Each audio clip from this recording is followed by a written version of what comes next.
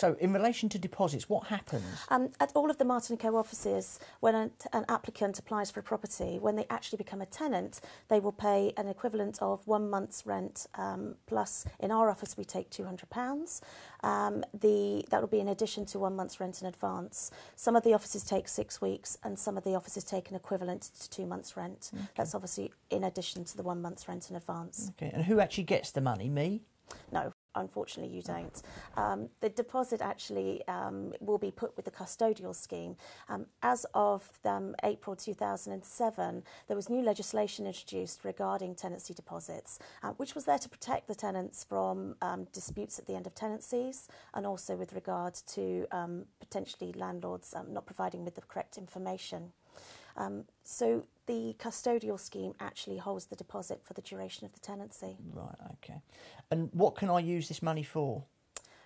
You can't actually use it for anything. The deposit belongs to the tenant, which is why it gets put into the custodial scheme. At the end of the tenancy, you can, of course, apply to have money deducted from the deposit, but it is a negotiating process between the agent on your behalf and the tenant. At the beginning of the tenancy, we'll have an inventory conducted, which will show the condition of your property. And at the end of the tenancy, we'll have a checkout conducted, which in effect is a spot the difference exercise. And it's from that we will decide what needs to be done to put the property back to the condition it was at the start. So who will decide how much things will cost? Well, there are two things. There's fair wear and tear, which is the landlord's responsibility, so general things such as decoration to keep your property up to date. Then there will also be damages and dilapidations, and that is actually the tenant's responsibility.